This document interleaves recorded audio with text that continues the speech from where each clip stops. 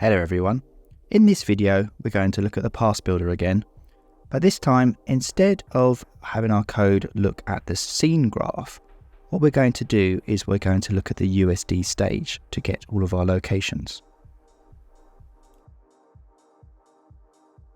So this is currently using a USD in node up here, and that's bringing in the file of the USDA depending on what shot you're on. So this is an expression, and when you add in the USD file, it goes to root world geo as its root location.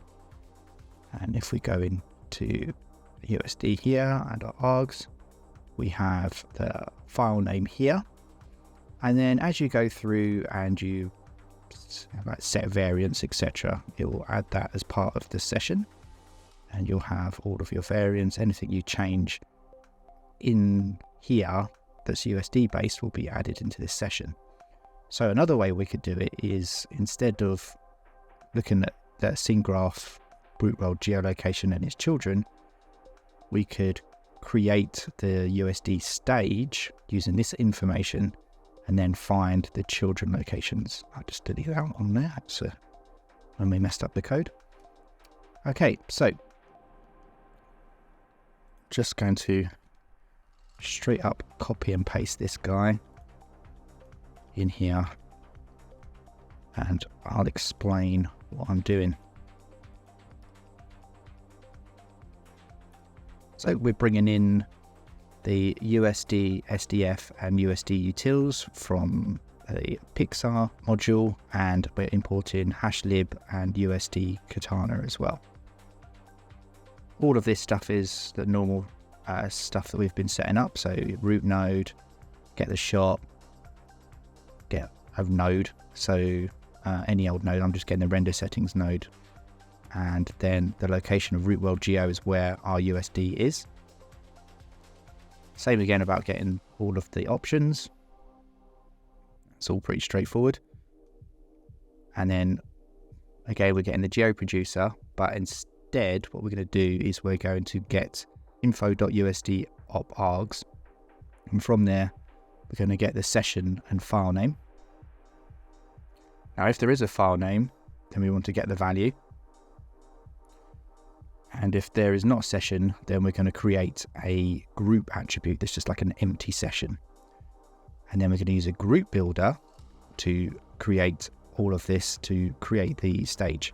So we're going to have our session, and we're going to have our root location, and we're going to build this. So we're using a group builder, create all of these things, then we can use the USD Katana cache to get an instance of the cache, and then we can make a session layer using the Katana cache find session layer. So we're going to find that session that we have using the build of our group builder and get the hash of that.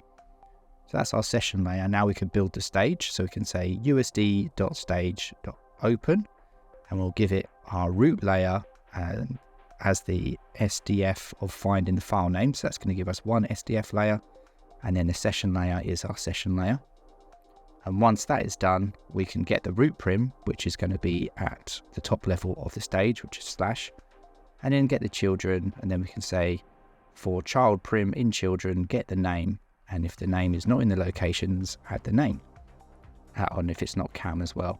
And this is doing exactly the same as what we were doing before, except we're now going to get our list of locations from the USD. So let's run that. And there we go. So we've got env house, char avo, char jow, char may. So that's how you can do it through USD in Katana when you're using the USD in node.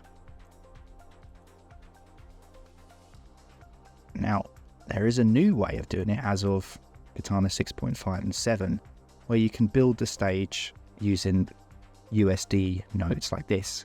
So instead of doing a USD in, we could do in a USD sublayer add. So exactly the same thing of the expression loading the USD in. And then we can use USD variant set to set variants, etc.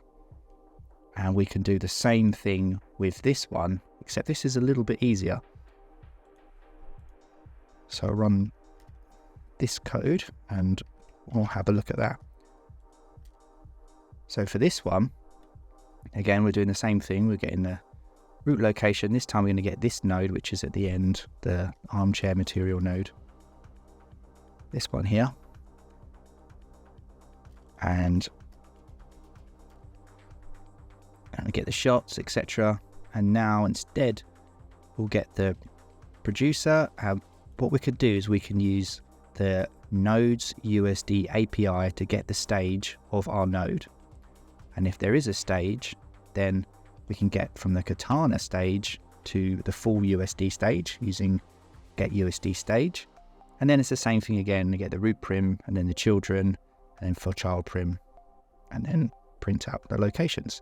So you see that's a lot shorter there. So this would mean you would have to kind of change how you bring in your USD. So you'd bring in your full USD, using USD nodes here, then you'd convert Katana further down, but you could query your USD. And let me just run this to show that that works.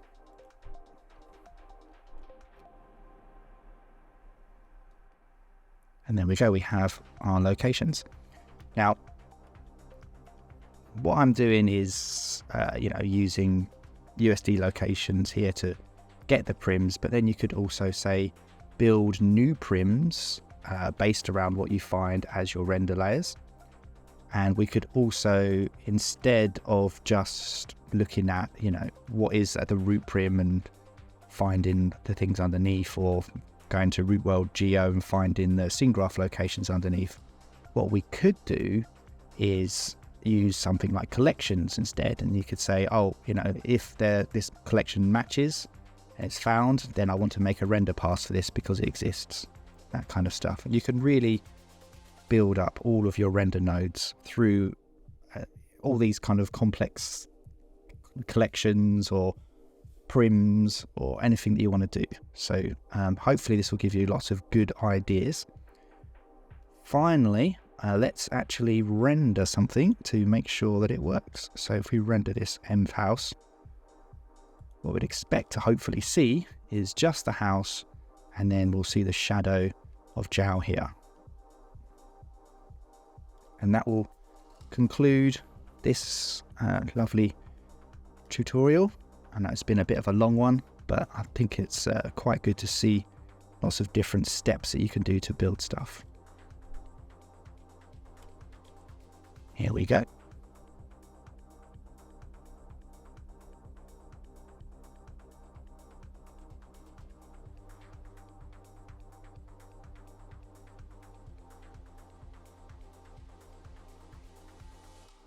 And we have our lovely environment and Zhao's shadow. So everything is working as expected.